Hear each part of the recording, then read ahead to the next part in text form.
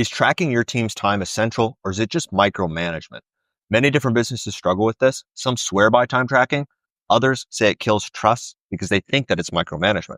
I've tracked my time personally for over 2 years and my employees' time for the last year and a half. And here's my take. You need to track time when you're a smaller company, when you're just a couple different freelancers or part-timers, because you simply just don't know your numbers. You don't know how long it takes to fill for a client, where that time goes, and most likely you can only afford talent that needs time tracking to keep them accountable. Time tracking is going to help you estimate how long it takes to finish a project, and it's going to make it a lot easier for you to pay more basic contractors. Time tracking for a new business is kind of like training wheels on a bike, right?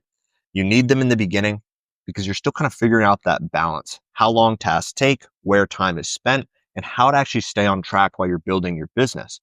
But once you gain experience and confidence, you just don't need them anymore. So what are some arguments against time tracking? People think that it's micromanagement and they feel like time tracking does not equal results. For the micromanagement side of things, this can be true, but usually new hires are really hesitant because in the past they had a bad boss who used time tracking, but it was like screenshots and all this kind of like almost big brother type of stuff because their boss didn't know how to actually manage them, right? One thing I will say is that you do not want to time track for creatives. So for example, if you're time tracking for some sort of like video editor or something along those lines, it doesn't actually make sense because you're literally incentivizing them to spend a long time creating the YouTube thumbnails or the video editing, and you're not actually getting a high quality output. For creatives in these types of roles, either let's say it's an ad creative designer, video editor is a very common one, graphic designer, you don't want them to be incentivized to spend a bunch of time doing the task. You want to incentivize high quality outputs. So you could tie a YouTube thumbnail designer to like click-through rates, right? And give them a big bonus while giving them still like an hourly base or a part-time monthly base. What I found is usually in the beginning of a business, it's much better just to track all the time, right? So you use something called Clockify. That's what this software is here. It's free. It's a little Chrome extension that sits inside of Google Chrome. It's very, very easy to use it and figure out how do we actually track our time. Have your team use it if you're a smaller agency. But the thing is, I don't really like time tracking as you scale. And the reason is because higher level talent doesn't enjoy time tracking and they also don't need it, right? If you're hiring someone and you're like, hey, I'm going to pay this person $4K a month, $5K a month. You shouldn't need to track their time if you're paying that salary to them. They should be accountable enough and they're worth that 5K rate per month. Let's say they're overseas or wherever. It's a really solid salary for them. You shouldn't have to like baby them and handhold them to track their time and focus on what are they actually doing on a day to day. If your staff needs to track their time and report it back to you, it literally just creates a management bottleneck. It causes you to focus on the wrong metrics, the time put into the business, when instead you should focus on the quality and what actually drives the client results. What are the inputs and what are the outputs, right?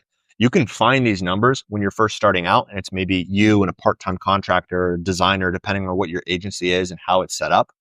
But as you scale, you need to make sure that you have numbers in place for outputs from clients.